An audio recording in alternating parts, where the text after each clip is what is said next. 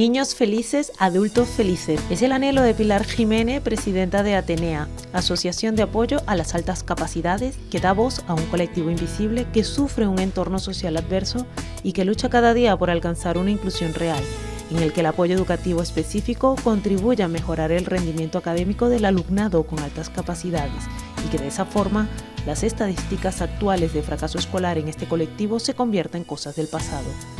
Hoy en el Café Televisión hablaremos con Pilar Jiménez de la importancia de detectar a temprana edad un niño con altas capacidades, quienes llevan en su interior un volcán de emociones que los convierten frágiles y sensibles a su entorno familiar, social y escolar. También hablaremos de esa enorme capacidad de aprendizaje, de conductas disruptivas o aislamiento y de la necesidad de contar con el apoyo de profesores e instituciones. De esto y mucho más nos hablará en el Café TV la presidenta de Atenea. La alta capacidad consiste en una mente que tiene más potencia que el resto, es más eficiente. Yo creo que no hay que irse tampoco a las definiciones mucho más allá. Estos son los niños que huelen las nubes, oyen lo que no oyes, es como que escuchan crecer la hierba, o sea, tienen una sensorialidad y una sensibilidad espectacular. La TDI es la base de datos a nivel regional en Castilla y León. Y si no estás incluido ahí no tienes derecho a ello, pero tampoco tienes derecho a poder asistir a los talleres que da el CRECIL. El CRECIL es el organismo que imparte los talleres de enriquecimiento curricular a estos niños. Hay una carencia institucional que atienda a estos niños, entonces al final los padres se juntan y deciden unirse de alguna forma para poder ayudar y ayudar a los que vengan detrás, porque nosotros también tenemos como misión lo que yo pase ahora, a lo mejor ya no puedo arreglarlo, pero el que venga mañana quizá yo le he podido ayudar un poquito. Simplemente una potencialidad que hay que intentar desarrollar de alguna manera, porque si tú tienes una potencialidad y no la desarrollas, ahí se queda. Entonces, la alta capacidad consiste en una mente que tiene más potencia que el resto, es más eficiente. Yo creo que no hay que irse tampoco a las definiciones mucho más allá. Es tan simple como eso, es una potencialidad respecto a la inteligencia y que para poder desarrollarla hay que trabajarla. Bueno, se sigue utilizando, pero está un poquito más obsoleta. Ya utilizamos más altas capacidades, niños más dotados. Bueno, se sigue usando, pero bueno, está en desuso ya más por el colectivo. Ya no lo utilizamos como tal porque superdotado se puede utilizar en más ámbitos. Claro, obviamente la creatividad es una parte muy importante. Nosotros decimos siempre que un buen estudio para llegar a la conclusión de que un niño tiene altas capacidades, consiste en el estudio obviamente de inteligencia, que llamamos el estudio de la creatividad y la personalidad. Son tres pilares fundamentales. Hay que mirar la parte cognitiva, la parte creativa y la parte emocional, las tres. Bueno, detectarlos que no puedes... Tú no puedes saber si un niño tiene otras capacidades si no pasa los test pertinentes y las pruebas que corresponden, pero sí que es cierto que a medida que van creciendo tú vas viendo unas características, vas viendo una forma de ser, unas preguntas que no corresponden con el resto de los niños de su edad. Entonces ahí te vas preguntando cosas, la rapidez de aprendizaje, la memoria que tienen y muy importante, la forma de sentir, que está totalmente desbordada la forma de sentir. Entonces, a partir de ahí, la gente que tenemos un poquito ya más de experiencia viviendo con estos niños, ya te fijas más, pero cuando no sabes nada de esto, son cosas que te vuelven un poco loca porque no sabes cómo atenderlas. Entonces, a partir de ahí es cuando te enciende la alarma de que ocurre algo con tu hijo y no siempre piensas en las altas capacidades porque la sociedad no las tiene muy en cuenta. Entonces es difícil llegar a la conclusión si antes no has visto o no has sabido de las altas capacidades. Que yo siempre digo que cuanto más pequeño eres, menos herramientas tienes para gestionarte, y es cuanto más los típicos ataques de ira de los niños, las formas de ser son como más extremas. Entonces, tú a medida que vas creciendo, obviamente la experiencia te lleva a un aprendizaje y te vas curtiendo en la vida y vas adquiriendo tus herramientas para esa autogestión, pero cuando eres pequeño no las tienes. Entonces, tienes que tirar de tus mayores para poder ir aprendiendo. Entonces, de pequeño es muy importante por eso, porque es quizá cuando más energía te absorben y tú, cuando no tienes un conocimiento del tema, estás totalmente perdido. O sea, los padres en estas edades, si no tienes idea de cómo funciona, es muy difícil superar esa etapa, muy difícil. Sí, lo de amplificadoras, sí, yo siempre digo que tienen como eso, un amplificador en la cabeza. Es como que todo lo sienten más, todo está muy magnificado. Entonces, si escuchan caminar una hormiga, como digo yo.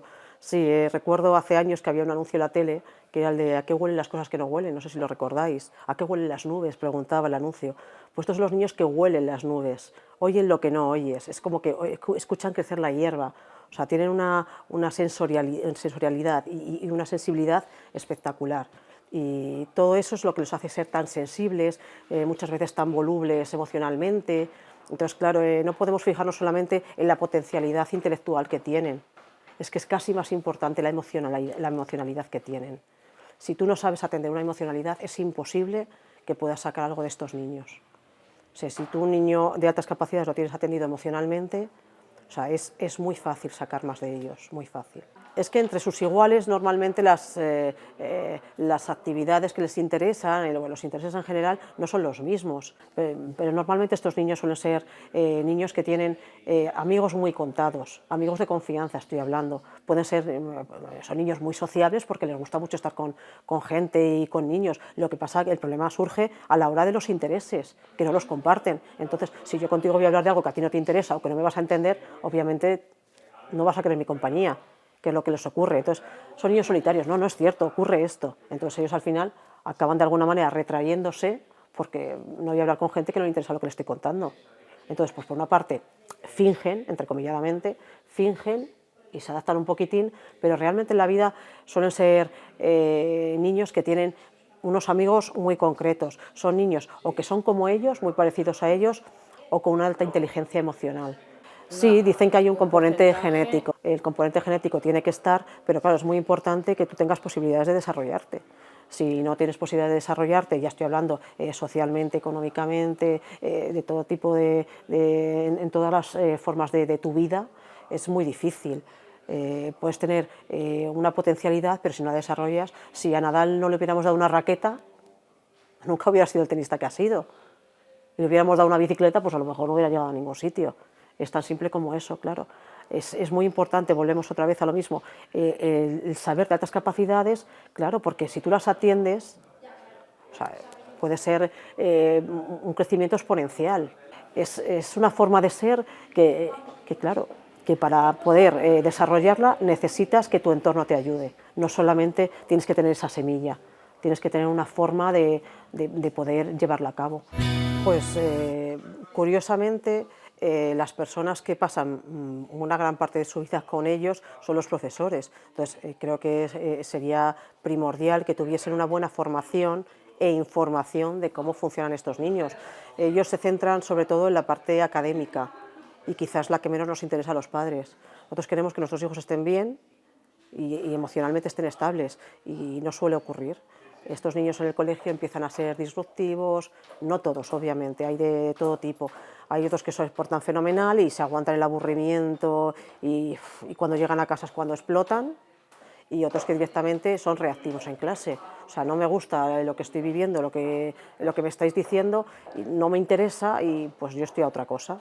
Entonces, ¿qué ocurre? Siempre hemos dicho que preferimos un profesor que no tenga ni idea, pero que esté abierto a cómo funcionan las altas capacidades y que sea capaz de acercarse a ellos. Preferimos a ese profesor, aunque no tenga ni idea, antes que a uno que supuestamente tenga muchos años de servicio, tenga mucha idea y ya tenga todo así cuadriculado, hecho, y como yo ya lo sé todo. Entonces, cada septiembre que llega tenemos una frase en la asociación, todos los padres. Septiembre, crucemos los dedos, a ver qué profesor toca. Y es muy triste que también la estabilidad de tu hijo dependa del curso el que esté y el profesor que le toque. ¿Esto qué ocurre? En infantil normalmente, que los niños en infantil tienen su asamblea, hablan, cuentan. Entonces ahí esa parte está muy bien en clase, pero cuando pasan la infantil y pasan a primaria, es como un salto ahí cualitativo tan grande de la forma de impartir clase, que hemos pasado de que yo hablo contigo y te cuento, a siéntate, recibes la clase y ya está. Y ahí, a partir de ahí, muchas veces es cuando se nos empiezan a dar los problemas, porque es cuanto más padres vienen en esa etapa. A partir de los 6, 7 años es cuando empezamos a ver más actitudes quizá desafiantes, disruptivas en clase, y es precisamente por eso. Habría que hacer tantas cosas. La realidad es que el sistema está en contra de ellos. Yo también siempre comparo cuando digo que estamos viviendo en un mundo que es para diestros. ¿Cómo se encuentra ahí un zurdo? Es un poquitín lo mismo. Ellos tienen que adaptarse al mundo porque el mundo les va un poco a la contra. Entonces, si tú estás buscando, a lo mejor no te interesan las tablas de multiplicar, estás buscando, pues, no sé, la trigonometría ya, te interesa ese tipo de matemática. Entonces, me estás hablando de una cosa que ya no me está despertando el interés y yo estoy empezando a desconectar. O lo que me estás dando me interesa, pero es que quiero profundizar en ello. No, es que, mira, en este tema vamos a dar hasta aquí y no se puede dar más. No. O sea, no perseguimos que los aceleren pero es muy importante que no pisen el freno con ellos. O sea, que les dejen hasta donde ellos demanden. Ellos solos te van pidiendo hasta donde quieren saber, te van preguntando. Entonces, si tú les vas cortando, de alguna manera les vas pues impidiendo crecer y al final eso se demuestra en que estoy mal en clase, no me apetece ir, hay niños que psicomatizan muchísimo, llega el fin de semana y los domingos ya me duele la cabeza, ya no me encuentro bien. ¿Qué ocurre? Que es que tenemos que ir el día siguiente a clase y no estoy a gusto. Entonces, los profesores se quejan de que no hacen caso en clase, que se distraen, que hablan, que nos encontramos con este tipo de cosas. Si a mí algo no me interesa, pero es que nos ocurre a los adultos, si a mí no me interesa es que yo voy a desconectar, voy a buscar una manera de, pues eso, de pasar el rato que estoy ahí, pasarlo como Dios buenamente me dio a entender y ya está. Entonces es importante que no estén los temarios tan tasados o que tengan alguna forma de dejarlos experimentar, crecer, preguntar, interactuar. No los hay un montón de maneras. Hay que empezar a buscar formas de que estos chicos no solamente estén aprendiendo la tabla de multiplicar, sino que la tabla de multiplicar tiene un montón de usos y ellos necesitan saberlos, porque yo recuerdo también un ejemplo que mi hijo decía, además me lo dijo un profesor, al aprender las raíces cuadradas, le dijo, ¿y esto para qué me sirve a mí en el día a día? O sea, hay veces que te simplifican de esa manera. O sea, estoy perdiendo el tiempo en aprender una raíz cuadrada que yo no voy a utilizar en el día a día. Entonces, a lo mejor ellos ven más la funcionalidad de otras cosas. Y claro, te quedas ya cierto. Entonces, recuerdo que me dijo, nos hemos apostado una cena de que cuando sea adulto, si nos encontramos por la calle y alguno de los dos ha utilizado la raíz cuadrada en el día a día, nos vamos a cenar juntos. Pero vamos, queda como una anécdota, pero es algo que se puede extrapolar perfectamente al día a día de estos niños, porque incluso estos niños muchas veces, en su forma de ser, enriquecen muchísimo al resto de compañeros. También recuerdo una ocasión en que, en un examen de historia también curiosamente, estudiaron también la batalla de Troya. Y recuerdo que mi hijo me comentó que antes del examen, pues algunos compañeros estuvieron hablando de, pues eso, lo típico, oye, ¿cómo era esto? ¿Cómo era lo otro? ¿Qué consistía? Y mi hijo les contó la película, un poquitín. Y claro, y al salir comentaron, oh, pues nos ha servido un montón lo de la película. Claro, porque ya te acuerdas no solamente de los nombres, de cómo fueron las batallas, o sea, y contar muchas veces las cosas de otra manera que no sea la típica, ya digo, la clase magistral, sino pues a modo de anécdota, como película. O sea, hay un montón de formas de hacerles engancharse y que no resulten en clase, pues eso, los típicos niños que al final destrozan la clase porque no les está interesando nada lo que me estás contando. Entonces, es muy importante la formación de los profesores, y no solamente formación en inclusión y en diversidad, como se dice, no. Hay que saber lo que se tiene en cada clase, lo que se está viendo y lo que demanda cada niño. Es mucho trabajo, sí, pero es que si nos decís, lo habitual es que tengo 25 niños en clase, tengo que atender a... Claro, pero las prioridades, ¿quién las marca? ¿Por qué tienes prioridad con este niño y con el mío no? Que también tiene necesidad. Es que el tuyo es listo. Y como es listo, se vale por sí mismo. No, pues tiene otro tipo de problemática aparejada que también es necesario atender. Entonces, no es justo que nos digan, tengo muchos niños y los nuestros sean los últimos. porque nos encontramos con intentos autolíticos, pues con depresiones. Nos dice, es que están continuamente en terapia. Es que no es cierto que estén continuamente en terapia, es que a veces no hay otra manera de atenderlos y estas, no sé cómo llamarlo, estos inconvenientes que nos encontramos en el camino muchas veces son provocados.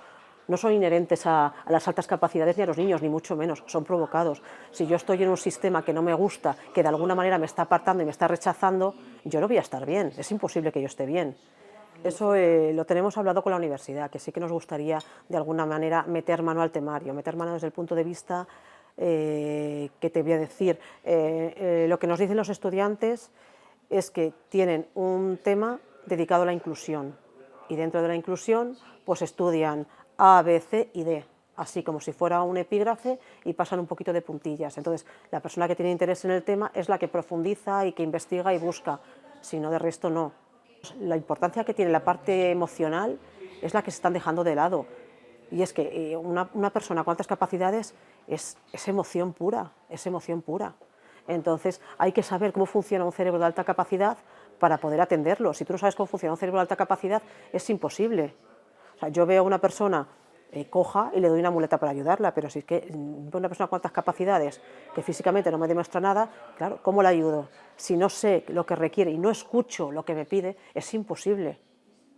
Entonces, es muy importante pues eso, que los temarios de alguna manera tengan su parte dedicada a ello, que haya especialización en el tema, que haya profesionales que sepan atender el tema.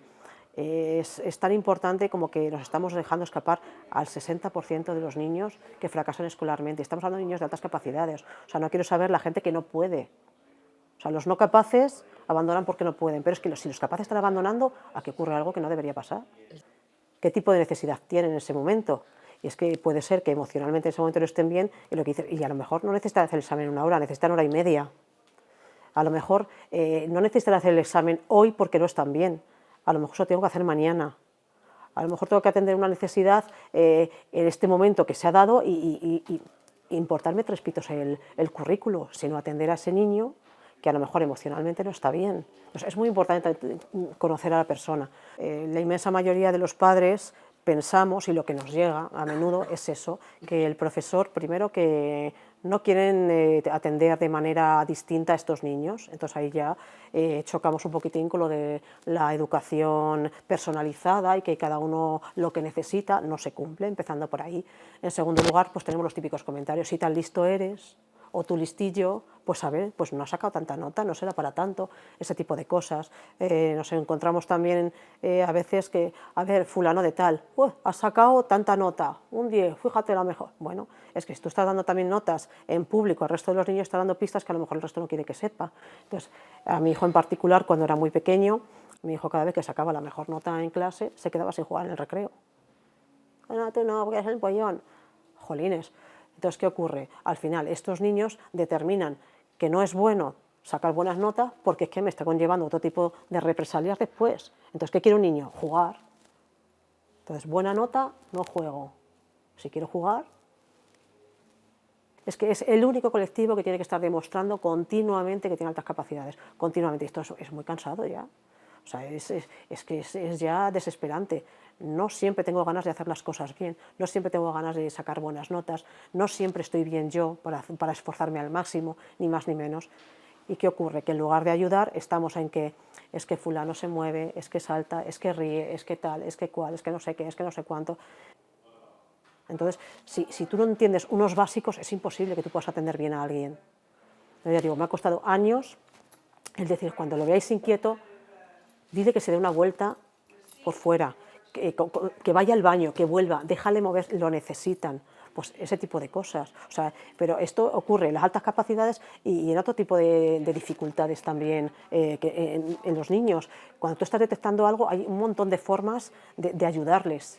La TDI es la base de datos a nivel regional en Castilla y León. Y si no estás incluido ahí, no tienes derecho a ello.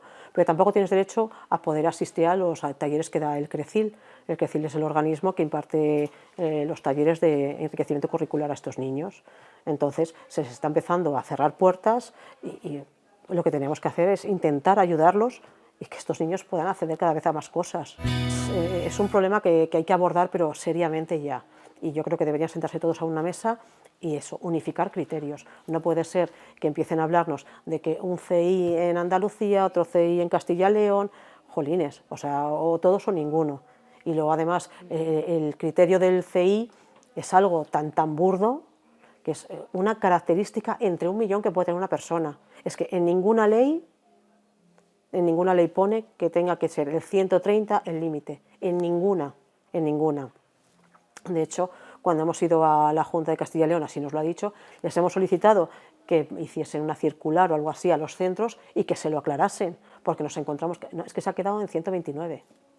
¿Y qué me quieres decir? Que con 129 una persona no es una persona que necesite, que no tenga la capacidad y que no sea una persona inteligente. O sea, me estás diciendo que una persona con 1,90 es muy alta, pero con 1,89 ya no es muy alta.